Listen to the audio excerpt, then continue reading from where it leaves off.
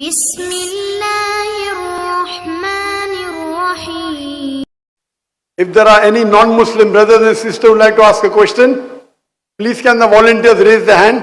अगर कोई गैर मुस्लिम भाई या बहन सवाल पूछना चाहता है, खवातीन के शोबे से कोई भी गैर मुस्लिम है, कोई भी गैर मुस्लिम बहन है जो सवाल पूछना चाहती है? अच्छा, पूछ सकते हैं। जी हाँ, आपका नाम और आपका पेशा और फिर सवाल मुख्तसर सा, एक या दो सेंटेंस में। 2 सेंटेंस से ज्यादा तो तकरीर हो जाती है। जी हाँ बहन, आप सवाल पूछ सकते हैं। सुनो वीडियो। अस्सलाम वालेकुम डॉक्टर जायक। वालेकुम अस्सलाम।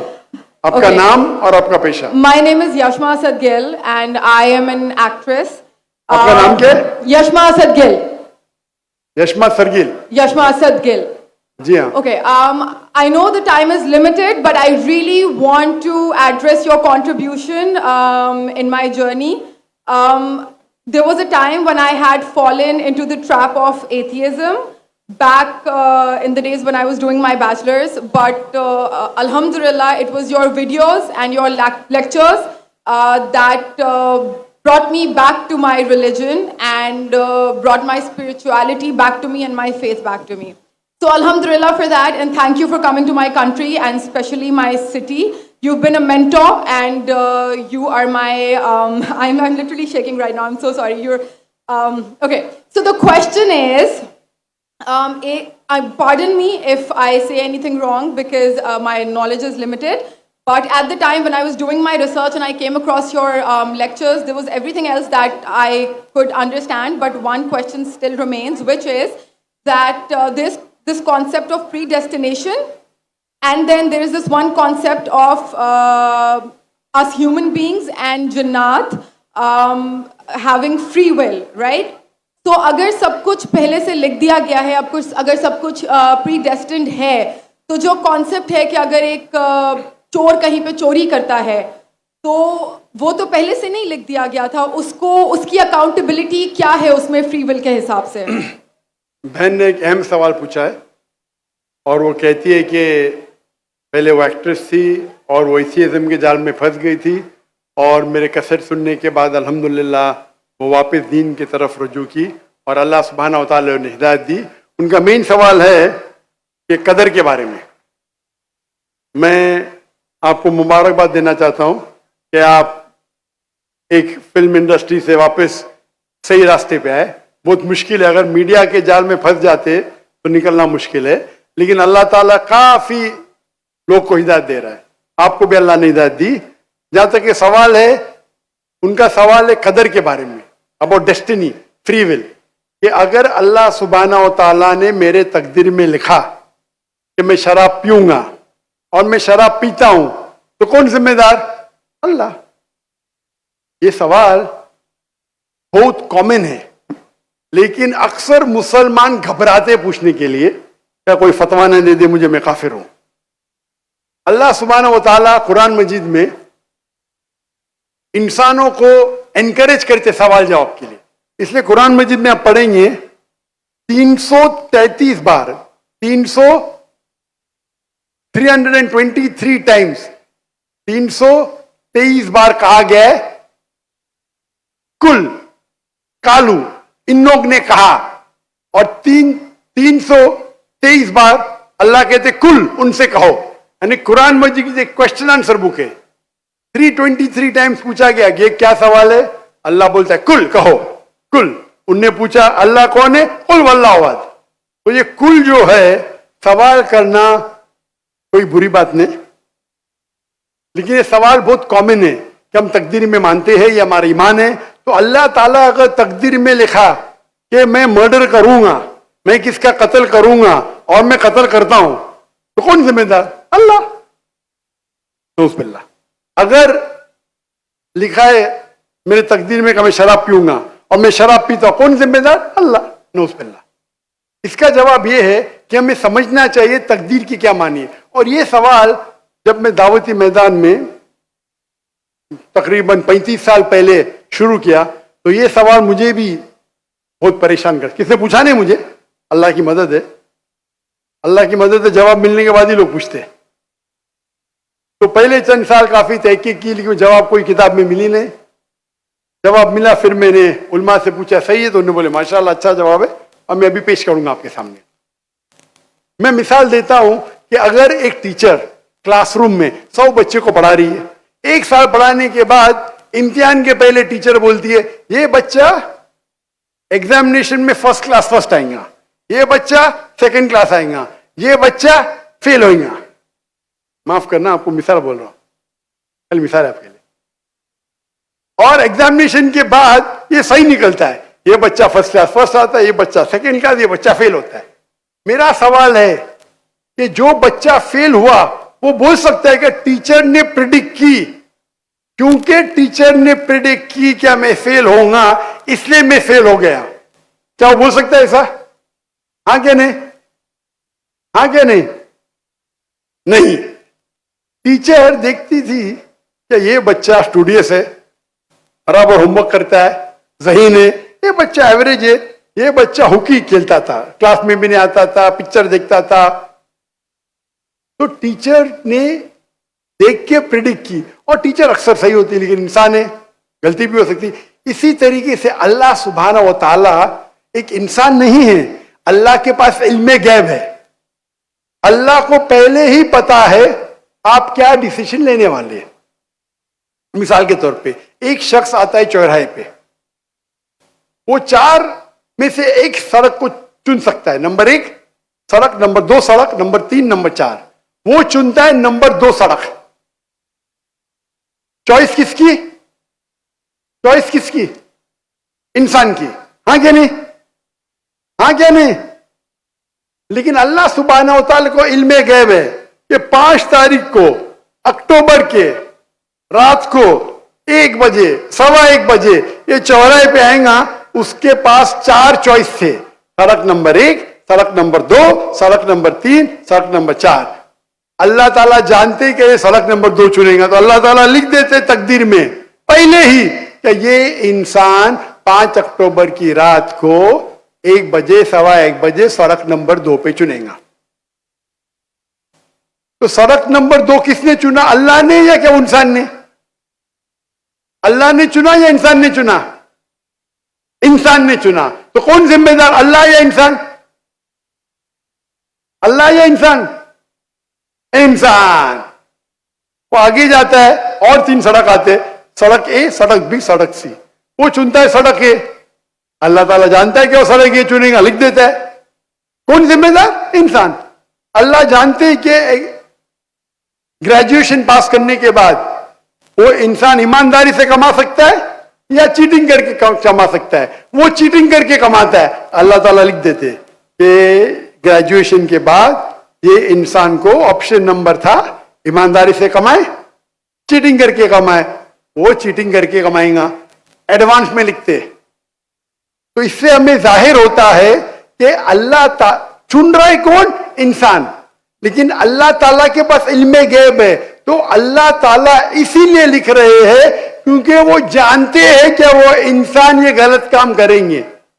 ये नहीं कि अल्लाह लिखते हैं और वो इंसान गलत काम करता है, क्योंकि वो इंसान गलत काम करने वाला है, अल्लाह जानते हैं, अल्लाह एडवांस में लिखते। तो कौन जिम्मेदार? इंसान।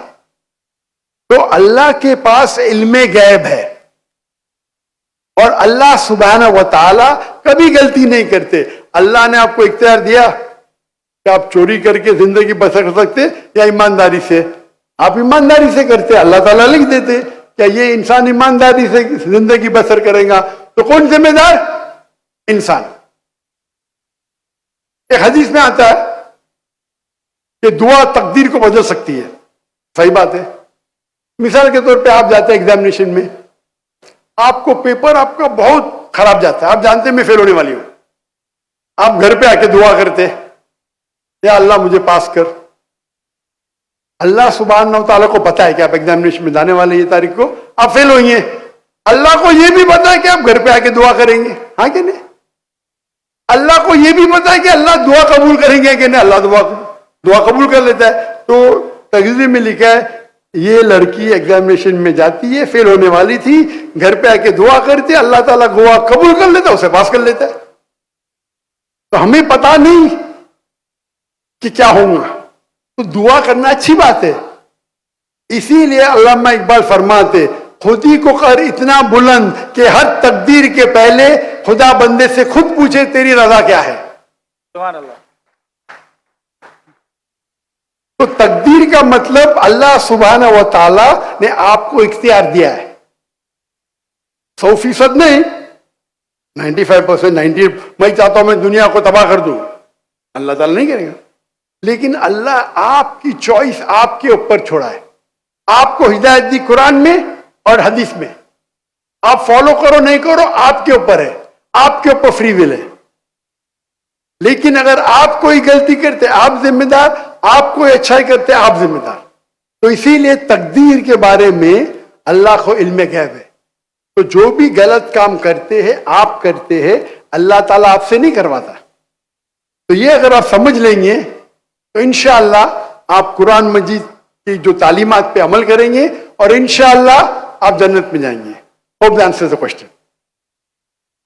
जज़ाकल्लाह। एक हमारे नॉन मुस्लिम भाई हैं, वो सवाल पूछना चाह रहे हैं। जी, अपना नाम, प्रोफेशन और जामे और मुख्तसर सवाल पूछिए।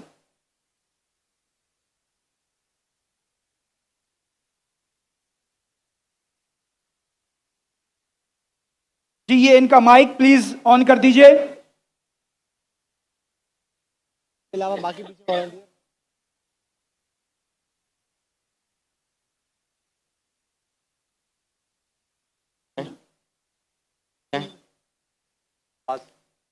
अस्सलाम वालेकुम डॉक्टर साहब। जी, मेरा नाम लक्ष्मण है।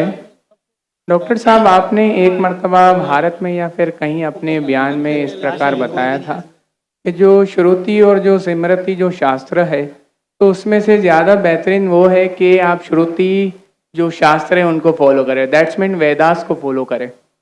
But I am following Shrimad Bhagavad Gita because जब हमारे मानना है कि जब भगवान श्री कृष्ण आए तो उन्होंने ये बताया कि जो लास्ट जो बुक है वो भगवान का गीत यानी श्रीमद् भगवद गीता है, तो उसको मैं फॉलो करता हूँ। तो आपके मुताबिक जिस तरीके से आप कहते हैं कि नहीं आप वेदास को फॉलो करें, तो मेरा आपसे ये क्वेश्चन है कि आप भी जैसे एज अ मुस्लिम अब हज़रत मोहम्मद मुस्तफ़ा सल्लल्लाहु अलैहि वसल्लम की जो लास्ट बुक है, जिनका उनका मानना है कि उनके ऊपर वो वही आई हो पूरी दुनिया उम्मत के लिए जो क्या बोले रहमत का वगैरह ये है जो, तो आप कुरान मजीद को फॉलो करते हैं। तो आप अगर खुदा की लास्ट बुक फॉलो करते हैं तो एज आप परफेक्ट है, और अगर मैं ऐसा करता हूँ श्रीमद् भगवद गीता को फॉलो करता हूँ तो आप कहते हैं कि इम्परफेक्ट है। भाई लक्ष्मण का बहुत अच्छा सवाल है। वो कहते हैं कि मैंने तकरीर में इंडिया में कहा हूँ कि हिंदुज़म में दो किस्म की किताबें हैं, श्रुति और स्मृति। श्रुति मतलब जो भगवान की तरफ से डायरेक्ट आती है, और स्मृति मतलब इंसानों की लिखी। ये दोनों में से श्रुति जो भगवान की तरफ आती है, जो भगवान की तरफ से आती है, वो ऊंची किताब है। अगर श्रुति और स्मृति में टकराव है तो हम फॉलो करेंगे श्रुति, भगवान की किताब, ना कि स्मृति जो इंसान की किताब। भाई साहब सवाल पूछते हैं कि मैं फॉलो करता हूं भगवद गीता जो आखिरी किताब है, आप फॉलो करते हैं कुरान जो मोहम्मद सल्लल्लाहु अलैहि वसल्लम की आखिरी किताब है, तो फर्क क्यों? भाई साहब आपको थोड़ी गलत फहमी है। कुरान मजीद मोहम्मद सल्लल्लाहु अलैहि वसल्लम की किताब नहीं है, अल्लाह की किताब है। सॉरी, बिल्कुल सही, छोटी गलती है, कोई प्रॉब्लम नहीं। तो अगर मैं हिंदू से कहूं भगवान से, तो क्या आएगा? श्रुति में आएगा। हम कहते हैं अल्लाह का कलाम। अगर अल्लाह के कलाम और रसूल की बातों में हम कहते हैं हदीस में टकराव है, तो हम फॉलो करेंगे कुरान को।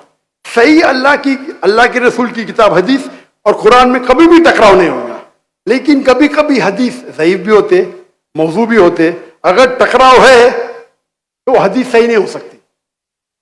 तो लेकिन कुरान और हदीस दोनों का हमें फॉलो करना चाहिए, लेकिन हायर लेवल पे है कुरान। सर, जिस तरीके से जो स्मृति शास्त्र है, स्मृति का मतलब सिमरन करना, याद करना, ठीक है, जो याद किया हुआ। तो अगर मैं आपके ही परसेप्शन से बात करूं तो जो कुरान मजीद है वो आप सल्लल्लाहु अलैहि वसल्लम को वही आई, तो वो याद करते थे, फिर वो सुनाते थे। तो आप भी एक तरीके से स्मृति शास्त्र फॉलो करते, ये मेरा क्वेश्चन है। नहीं, हम दोनों को याद करते हैं, हदीस को भी याद करते हैं, कुरान को भी याद करते हैं। लेकिन याद करने में हम जानते हैं कि कुरान मजीद अल्लाह का कलाम है। कई मिसालें, कई प्रूफ है। मैं लेक्चर दिया हूं, is the Quran God's word. याद हम दोनों को करते हैं। याददाश्त से साबित नहीं कर सकेंगे तो सही हो ही नहीं सकती। सही हदीस के भी कोई मुहद्दिस है, वो बोलेंगे मैंने सुना इनसे, फलाना से, फलाने से, फलाने से, फिर जाएगा साहबा इनके पास, फिर जाएगा साहबा के पास, फिर जाएगा अल्लाह के रसूल के पास।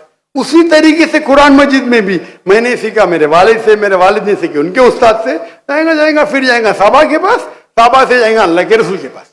आप समझ रहे ना? तो दोनों का याद करने का तरीका सेम है, लेकिन एक है अल्लाह की किताब, एक है रसूल का कहना और रसूल के अमाल, उसे कहते हैं हदीस। तो दोनों में फर्क है, दोनों याद की जाती है।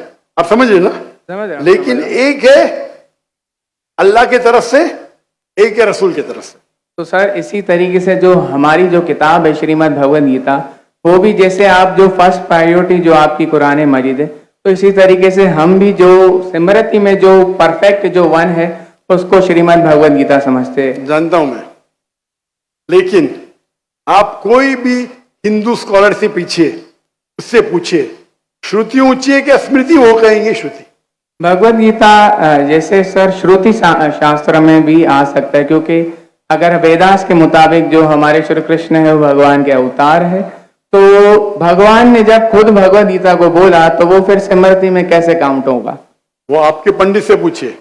भगवद गीता महाभारत का एक पार्ट है। I know I am the follower Prabhupada. बराबर, आप स्वामी प्रभुपाद की गीता पढ़ चुका हूं मैं, ट्रांसलेशन पढ़ चुका हूं मैं। तो वो भी, और मेरा उनसे जो श्री कृष्ण जो है, Shri Krishna mission ISKCON, yes, उनसे मेरा 1-to-1 डिस्कशन भी हो चुका है। मैं डिस्कशन कहता हूं, हम डिबेट करो, मुझे कोई प्रॉब्लम सॉरी सर, समझे ना? उन्होंने भी माना क्या ये श्रुति है, श्रुति है ना, श्रुति है, सॉरी, वो माना स्मृति है।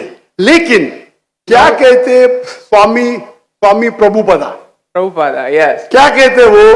Bhagavad Gita is the nectar of Veda. Yes, nectar, yes, nectar of Veda मतलब वेद का निचोड़ का फल। ऐसा आप बात करेंगे, मैं बात करेंगे। Sorry sir, sorry. आपने सवाल पूछा जी, मैंने पूछने दिया जी, जवाब मैं दूं या आप दूं? आप देंगे। आप सुनेंगे जरा? जरूर।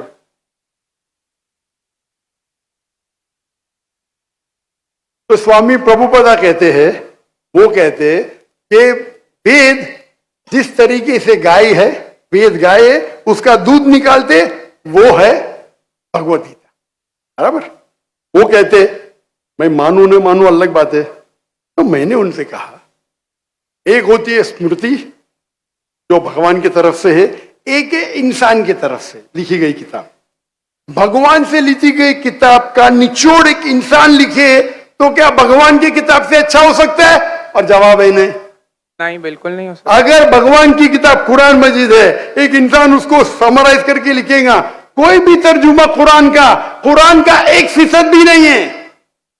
तो तर्जुमा है वो इंसान की तरफ से। Quran is the most untranslatable book in the world, क्योंकि कुरान इतनी महान किताब है।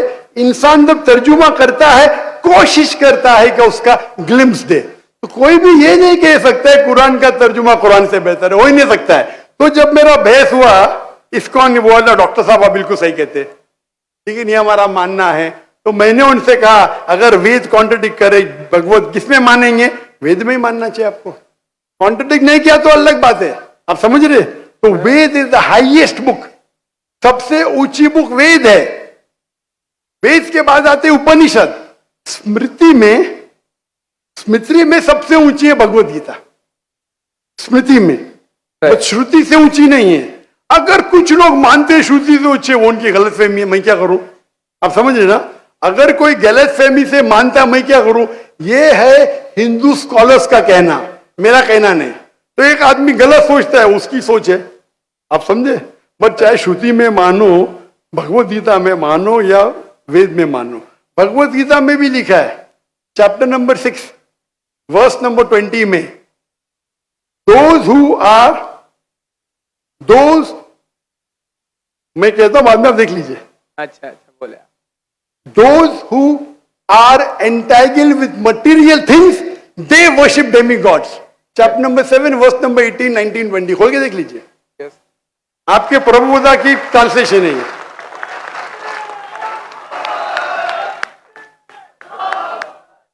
Those who worship demigods they will go to the demigods. They are materialistic people. और ये वर्ड materialistic ट्रांसलेशन है स्वामी प्रभुदा का संस्कृत से। तेरा सर ये चैप्टर नंबर 9 है, सॉरी वर्स नंबर 25, यान्ति देवाव्रतान। वो नहीं, आप चैप्टर नंबर 7 देखिए। आप क्यों 9 खोल रहे? आपको 7 और 9 में फर्क लगता है क्या? ये अच्छी बात है, मैं 7 कोट कर रहा हूं, 9 में जा रहे। Yes but I am not the worshipper of demigods. Demigods are अब मैं आपको कहा क्या, मैंने जो बोला सही है क्या? नहीं देखो ना जी एकदम परफेक्ट है। क्यों आप लोग को दूसरी जगह लेके जा रहे? नहीं सर, भाई साहब लक्ष्मण भाई कम से कम हक का साथ तो दो। मैं कोट कर रहा हूं चैप्टर नंबर 7, आप बोलते चैप्टर नंबर 9। मेरे पास कोई किताब नहीं, मैं दिमाग से बात कर रहा हूं बराबर। तो आप अगर मैं 7 कोट करूं, आप मुझे नहीं डॉक्टर साहब चैप्टर नंबर 9। अरे भाई मैं भी भगवत गीता का स्टूडेंट हूं बराबर ना? ओके मैं स्वामी प्रभुपदा नहीं हूं, लेकिन मैं भी स्टूडेंट हूं ना, हूं क्या नहीं? Yes. मैं मेरे दिमाग से कोट कर रहा हूं बराबर ना? तो आप, मैं जब चैप्टर 7 कोट कर रहा हूं, चैप्टर 9 में क्यों जा रहे? बट मुझे लगा कि आपने वो जो श्लोक जो कोट किया ना, कि जो भूतों की पूजा करते भूतों के पास जाएंगे, पितरों की पूजा करते, यान्ति देवाव्रतान देवान पितृ यान्ति पितृव्रता पुत यान्ति भूतेज्य यान्ति मत यज्ञो विपाम। तो मेरे भक्त है वो मेरे पास आएंगे। बिल्कुल सही। तो इसलिए ना हम भूतों ना प्रेतों ना क्या बोलते हैं कि जो पितृ है, जो मेरे एंसेस्टर है, उनकी पूजा ना करते हुए, ना डेमीगॉड्स की भी पूजा ना करते हुए, तो भगवत गीता कहती है कृष्ण की पूजा कर। भूत परस्ती गलत है, मानते हैं? नो, कृष्ण की मूर्ति रखना भगवत गीता के मुताबिक परफेक्ट है। चैप्टर नंबर 12 जब अर्जुन ने पूछा कि मैं किसकी पूजा करूं, तो भगवान ने चैप्टर नंबर 12 दूसरे श्लोक में बताया कि अगर कोई मेरी साकार रूप की पूजा करता है तो वो मुझे अत्यंत प्रिय है। तो इसलिए मैं भगवत गीता को फॉलो करता हूं। उसका मतलब भगवत गीता में कॉन्ट्रडिक्शन है। अभी आपने कहा कि भगवत गीता में लिखा बुत परस्ती खराब है। मैंने नहीं कहा सर। अरे आपके स्वामी प्रभुपदा ने कहे डेमीगॉड्स की पूजा करना अनइंटेलिजेंट मैन है। आई am not following demigod, sorry, only Krishna को फॉलो करता हूँ। मोनोथियज्म, पॉलीथियज्म नहीं, सबको मैं भगवान नहीं मानता, सिर्फ एक को मानता हूँ। आप अगर डेमीगॉड का नीचे फुटनोट में पढ़ेंगे, उसमें लिखा है आइडल वर्शिप ऑल्सो। यस, मैं डेमीगॉड्स की वर्शिप नहीं करता ना। आइडल की वर्शिप करते क्या नहीं? आइडल के मुताबिक, आपके मुताबिक आइडल है कि एक मूर्ति बनाना, बट मेरे मुताबिक आइडल है कि कृष्ण। मैं आपके मुताबिक नहीं चलने वाला हूँ, मैं सिर्फ पूछ रहा हूँ। अभी हम बहस नहीं करें बराबर, ये डिबेटिंग टाइम नहीं है। अच्छा सर, सॉरी। आप अगर बीच में दखल अंदाजी नहीं करेंगे तो लोग समझेंगे। चलिए ठीक। आप ये मानते हैं कि डेमीगॉड की पूजा करना आप करते क्या? मैं बात ही क्या कर रहा हूँ, मैं क्या कर रहा हूँ? मैं डेमीगॉड की पूजा नहीं करता।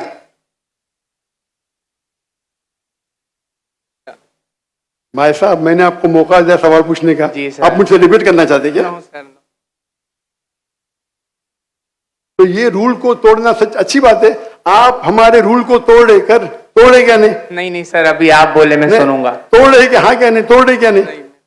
और मैं तो माशाल्लाह सबर कर रहा हूँ, क्योंकि मेरा गैर मुस्लिम भाई मेरे सामने खड़ा है, मेरा हिंदू भाई सामने खड़ा। मुसलमान होता वही भाई, मुसलमान होता था ना, मैं बोलता था हट जा भाई, क्योंकि तुम मेरे गेस्ट ऑफ ऑनर है।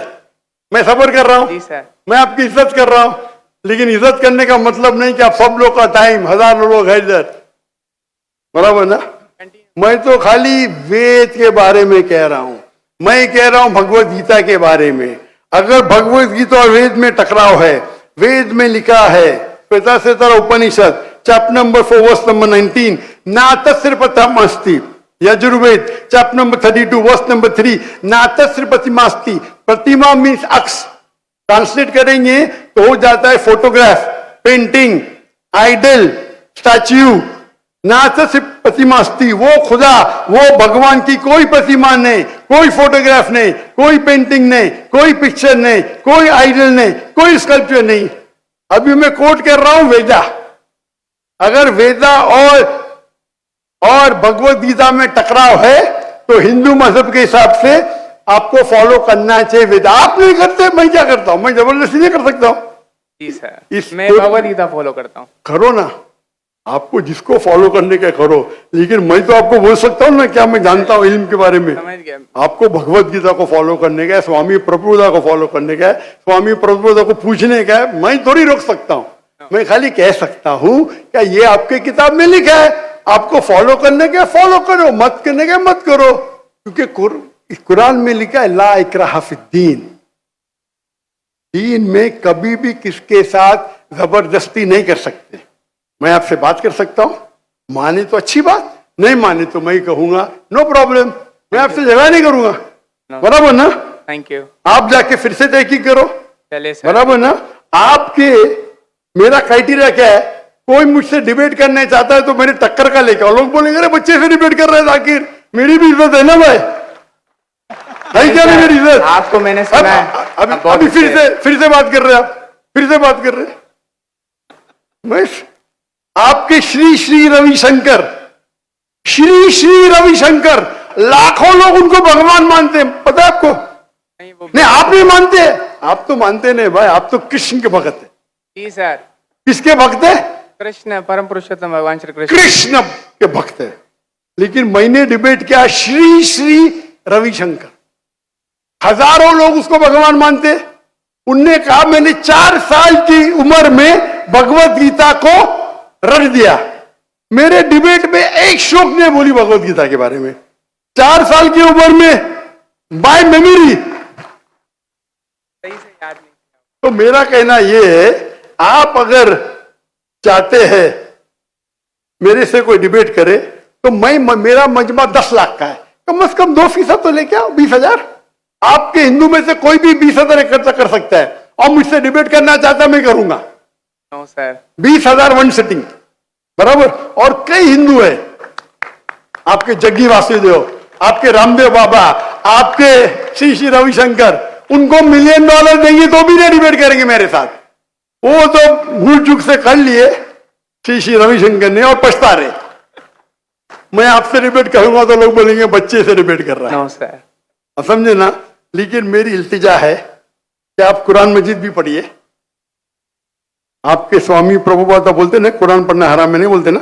नहीं बोलते सर। माशा। तो मेरी इल्तिजा है, मेरी रिक्वेस्ट है, मेरी ख्वाहिश है मेरे भाई से, छोटे भाई से, कि कम से कम आप कुरान मजीद का तर्जुमा पढ़ो। उसको मानना जरूरी नहीं है, नो। बराबर ना? ठीक है। अब इतने घंटे आपने दिए, मैंने आपको टाइम दिया, मेरी एक रिक्वेस्ट है, खुले दिल से कुरान मजीद पढ़ो। उसके बाद कोई मजबूरी नहीं मानना है मत मानो।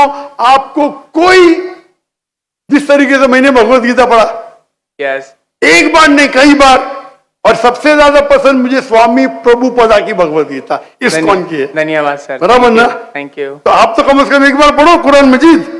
इंशाल्लाह जरूर पढ़ूंगा। इंशाल्लाह मैं उसका इंतजार करूंगा इंशाल्लाह। Thank you. जज़ाकल्लाह, अल्लाह आपको हिदायत दे। जज़ाकल्लाह। जज़ाकल्लाह। एक मिनट। कोई और भाई जो नॉन मुस्लिम, अगर कोई भाई सवाल करना चाहें?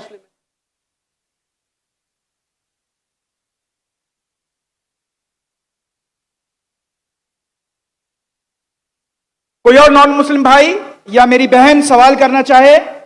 नॉन मुस्लिम, पहला कोई नॉन मुस्लिम भाइयों का है। अगर वो ना हो तो फिर हम जाएंगे अपने मुस्लिम बहन भाइयों की तरफ।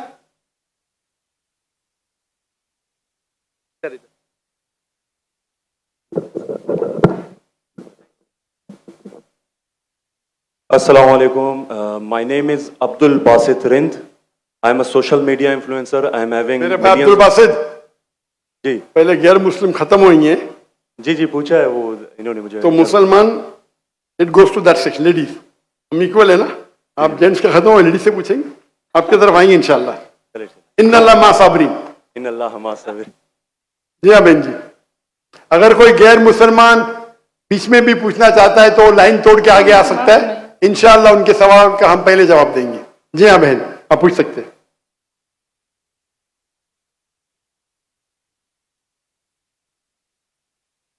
अस्सलाम वालेकुम सर।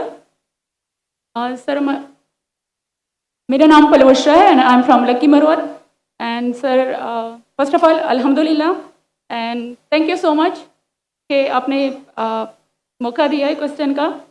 सर मैं जिस जगह से बिलोंग करती हूँ सर वहाँ पे पार्डन माई उर्दू प्लीज़, मैं पश्तो स्पीकिंग हूँ सर। तो मैं जहाँ से बिलोंग करती हूँ वहाँ पे sir complete Islamic religious society है।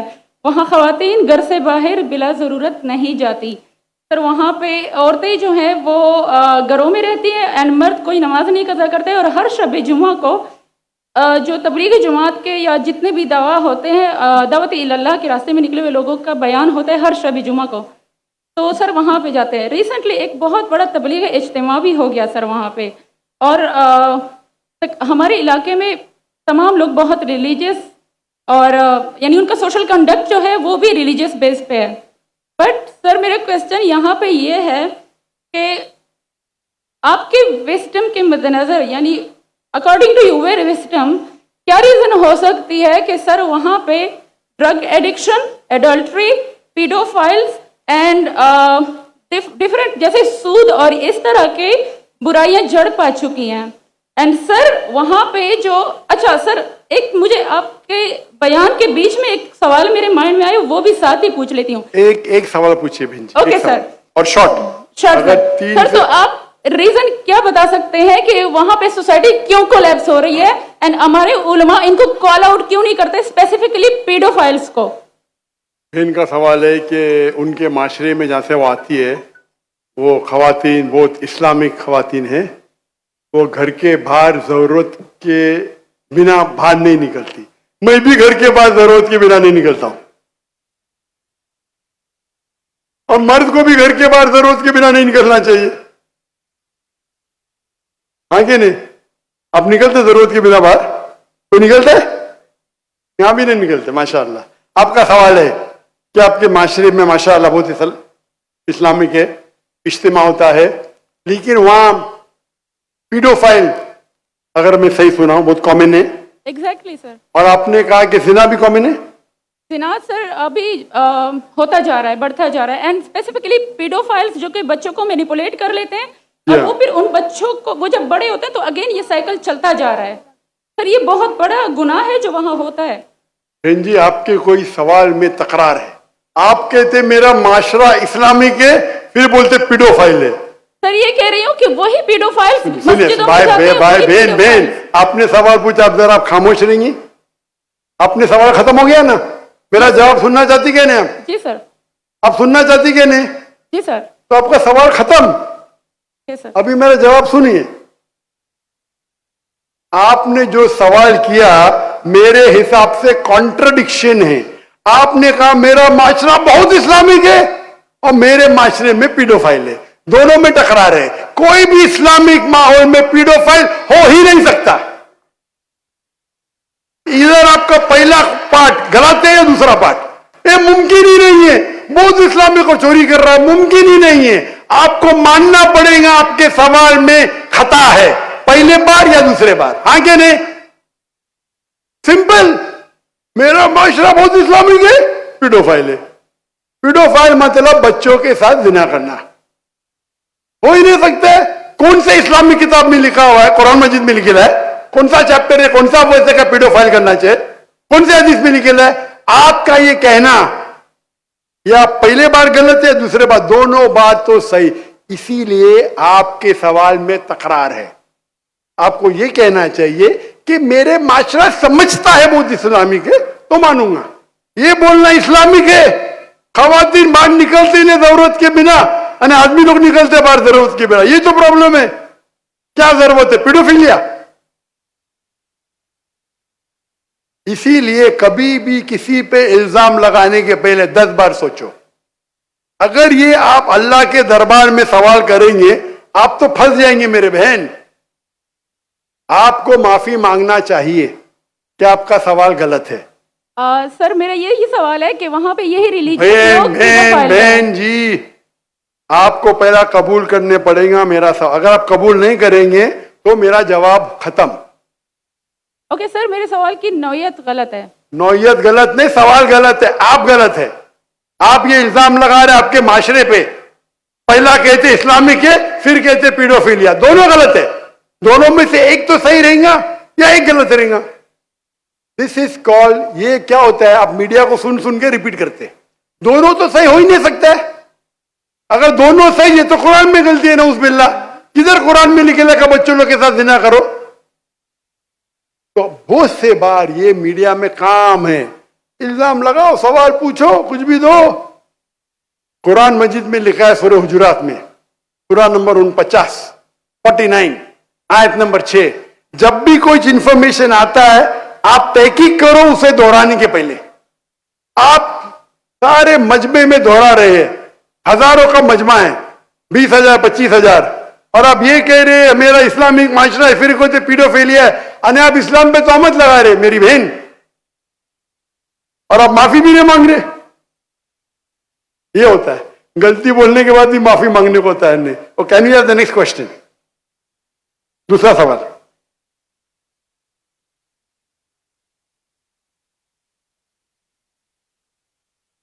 ये माइक ओपन कीजिएगा, इनका राइट साइड वाला माइक ओपन कीजिएगा। वो कह रहे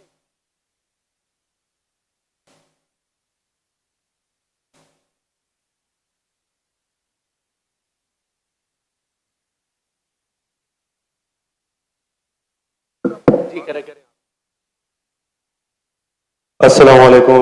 My name is Abdul Basit Rind. I'm a social media influencer. I'm having millions of followers on different platforms, social media platforms. मेरा सवाल ये है कि मैं एक मुस्लिम घराने में पैदा हुआ। मेरे माँ बाप जो है मुसलमान थे। मैं एक मासूम बच्चा, मुझे तो कुछ भी नहीं पता। मैं जब पैदा हो के जवान हुआ तो मेरा जो दिल है वो उसी चीज़ को तस्लीम करता है जो मेरे माँ बाप ने मुझे सिखाया। क्योंकि मैं मुस्लिम फैमिली में पैदा हुआ तो मैं इस्लाम को दिल से सच्चा समझता हूँ। अभी जैसे हमारे लक्ष्मण भाई आए थे, एक मासूम बच्चा, उसको कुछ भी नहीं पता कि मज़हब क्या है, रिलीजन क्या है, और वो क्रिश्चियन फैमिली में पैदा हो या हिंदू फैमिली में पैदा हो तो वो उसी चीज़ को फॉलो करता है, उसी चीज़ को उसका दिल मानता है जो उसके माँ बाप ने उसको सिखाया हो और उसके माइंड में फीड किया हो। तो वो अगर बहुत ही अच्छा बंदा है, वो बहुत ही अच्छा बंदा है, वो लोगों की मदद भी करता है, ख्याल भी करता है, बहुत नाइस इंसान है, लेकिन अगर वो इस हालत में मर जाता है तो क्या वो जहन्नुम में जाएगा या जन्नत में जाएगा? अगर जहन्नुम में जाएगा तो ये जस्टिस है या इनजस्टिस है? भाई साहब, अपने नाम क्या है आपका? Abdul Basit Rind. Abdul Basit Rind. Rind is a Balochi caste Rind है मेरा। रिंद जी, रिंद। अब्दुल कादिर इस्लाम। अब्दुल बासित। यस, शेख अब्दुल बासित अच्छे कारी थे माशाल्लाह। भाई अब्दुल बासित ने बहुत अच्छा सवाल किया। बोला मैं मुसलमान खानदान में पैदा हूं, मेरे वालिदैन मुसलमान थे और है, अल्हम्दुलिल्लाह है नहीं, आपने थे बोला लेकिन ना रिकॉर्डिंग है, मैं गलती एक्सेप्ट करता हूँ। है मुसलमान है, जो उनने पढ़ाया मैंने कबूल किया। हमारे लक्ष्मण भाई हिंदू थे, हिंदू बन गए। अब्दुल बासित ने कहा जो मेरे वालिदैन ने कहा मैंने मान लिया। अब्दुल बासित साहब, अगर आपके वालिदैन आज कहते 2 + 2 5, आप मानेंगे? नहीं मानूंगा। तो ये बोलना कि जो वालिदैन ने कहा मैं मान गया, सही नहीं है। जब आप बच्चे थे तो शायद मान जाते थे, बराबर। 2 साल की उम्र में मां ने बोली 2 + 2 5, तो आप हाँ बोलेंगे, बराबर कि नहीं? आज बोलेंगे तो आप मानेंगे। Very good. तो इस्लाम का ये कहना है, अल्लाह के रसूल फरमाते हैं कि जब तक बच्चा बालिग नहीं होता है उनके ऊपर कलम नहीं लिखी जाएंगी, मतलब वो मासूम है। अगर लक्ष्मण जो है अभी तो बालिग है, 25 साल 30 साल 35 साल पता नहीं, यहां से दूर से दिख रहा नहीं था, लेकिन बालिग तो है ना। अगर कोई गैर मुसलमान हिंदू खानदान में पैदा होता है या ईसाई खानदान में पैदा होता है और बालिग बनने से पहले 10 साल की उम्र में या 8 साल की उम्र में इंतकाल हो जाता है तो वो जहन्नम में नहीं जाएगा, क्योंकि वो मासूम है। और समझ रहे? लेकिन एक इंसान जब बालिग हो जाता है तो उसके वो जिम्मेदार है, वालिदैन को दोषी नहीं ठहरा सकता है। आज की तारीख में मैंने आपसे पूछा आपके वालिदैन बोलेंगे 2 जमा 2 5, आप मानेंगे? आपने कहा नहीं। उसका मतलब आज आपकी वालिद, आपके वालदा अगर कोई गलत कहेंगे, आपके पास होश हवास आया, आप उसको कुछ बात में भी आप मान लेंगे गलत चीज को, लेकिन अक्सर गलत चीज को नहीं मानेंगे। आप अपनी वालिद से मोहब्बत करते, वालिदैन से मोहब्बत कर, उसका मतलब नहीं कि आप खिलाफ हैं उनके, लेकिन अभी आप बालिग बन गए, समझिए। तो ये बोलना कि क्योंकि वालिदैन, कुरान क्या आयत है कि काफिर ये नहीं कह सकेंगे कि उनके वालिदैन काफिर थे, ये काफी नहीं है, कुरान क्या आयत है। तो उसका मतलब अगर बचपन में कोई बच्चे का इंतकाल हो जाता है, चाहे वो मुस्लिम खानदान से गैर मुस्लिम खानदान से, अगर बालिग नहीं होता है तो कलम उन पे नहीं चलती है, वो जहन्नम में नहीं जाएंगे। साफ है। एक बार बालिग हो जाते हैं, उनको इल्म हो जाता है, फिर इसीलिए अल्लाह के रसूल फरमाते हैं कि हर इंसान, हर बच्चा दीनुल फित्र में पैदा होता है, उसके बाद उसके वालिदैन, उसके टीचर उसको बुत परस्ती सिखाते, उसको आग की इबादत करना सिखाते, और वो बुत परस्ती करने लगता है। बच्चा है तो माफ हो जाएगा, बालिग हो जाता है, उसके बाद समझ आ जाती है, तो वो जिम्मेदार है। तो अगर एक इंसान बालिग हो गया 25 साल 30 साल की उम्र में, शिर्क करता है और उसका इंतकाल होता है, तो वो जिम्मेदार है। पहला मुझे ये कहने के लिए कह दो, क्या आप समझते खाली मुसलमान में पैदा हो गए तो जन्नत में जाएंगे? इस्लाम में जन्नत में जाने के लिए 4 चीज की जरूरत है, मैंने कह दिया। ईमान, अमल सालिहात, ईमान, राइचियस डीड, व तवासौ बिल हक, हक की तरफ बुलाओ और सब्र की तरफ बुलाओ। 4 चीज की जरूरत है। आप बहुत अच्छे इंसान होंगे, नमाज पढ़ते होंगे 5 टाइम, हज के लिए गए होंगे, रोजा रखते होंगे, लेकिन अगर आप दावत नहीं करेंगे तो आमतौर पे आप जन्नत में जाएंगे नहीं। अल्लाह ताला आपको माफ करने चाहता है और जन्नत में डालना चाहता है, वो अल्लाह की मर्जी, वो डाल सकता है, लेकिन आमतौर पे आप जन्नत नहीं जाएंगे। उसी तरीके से कई गैर मुस्लिम बन रहे लाखों की तादाद में, और समझ रहे, तो लाखों की तादाद में गैर मुस्लिम इस्लाम कबूल कर रहे, वो जन्नत में जाएंगे कि नहीं? सर नहीं, सवाल जी जाएंगे कि नहीं? बिल्कुल जाएंगे। और एक आदमी आज अगर इस्लाम कबूल करता है, अल्लाह ताला के रसूल फरमाते हैं उसके सब गुनाह माफ। तो आपसे अच्छा मेरे से अच्छा हो गया ना। हम कितने भी अच्छे गुनाह तो थोड़े करते होंगे छोटे मोटे। तो ये कहना, तो ये अल्लाह सुब्हाना व ताला का हिकमा है, ला इकराह फिद्दीन, हमारे दीन में कोई जबरदस्ती नहीं। ये आप बोलेंगे नहीं, लेकिन चांसेस है कि वो गैर मुस्लिम इसमें पैदा हुआ तो उसके इस्लाम करने के चांसेस कम है। बिल्कुल सही कम है। मुसलमान होने के बाद भी आज की हालत देख के लगता है कि हम जन्नत में जाएंगे। वो खातून क्या कह रही थी, क्या पीडोफिलिया करके जन्नत में जाएंगे? क्या लगता है आपको? वो तो हमारे इस्लामिक टीचिंग्स में नहीं है बिल्कुल। लेकिन जन्नत में जाएंगे क्या मुसलमान? अगर अपने आप को मुसलमान कहते हैं और पीडोफिलिया कहते, जन्नत में जाएंगे? बिल्कुल नहीं। अगर वो खातून सही है, क्या पीडोफिलिया है, तो उनका पहला सवाल का हिस्सा गलत है। वो मुसलमान है ही नहीं। हाँ, नाम के हुई है, कलमा पढ़ते हुए हैं, लेकिन ये कहना कि हम लोग दीनी हैं, ये गलत है। अगर वो इस्तिगफार करे, अल्लाह ताला माफ कर सकता है उनको, कोई भी गुनाह। लेकिन ये कहना कि इस्लामिक है, नाम के मुसलमान होंगे या नॉट प्रैक्टिसिंग मुस्लिम होंगे, तो हमें गलत फहमी है कि मुसलमान फैमिली में पैदा हुए तो जन्नत की टिकट मिल गई, ये हमें गलत फहमी है। मैं भी जिद्द हो जो मुझे भी पता नहीं मेरी जन्नत की टिकट है, इसीलिए मेहनत करता हूं, रात रात जागता हूं, दुआ करता हूं अल्लाह ताला कबूल फरमाए।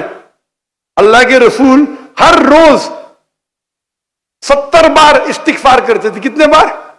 70 बार।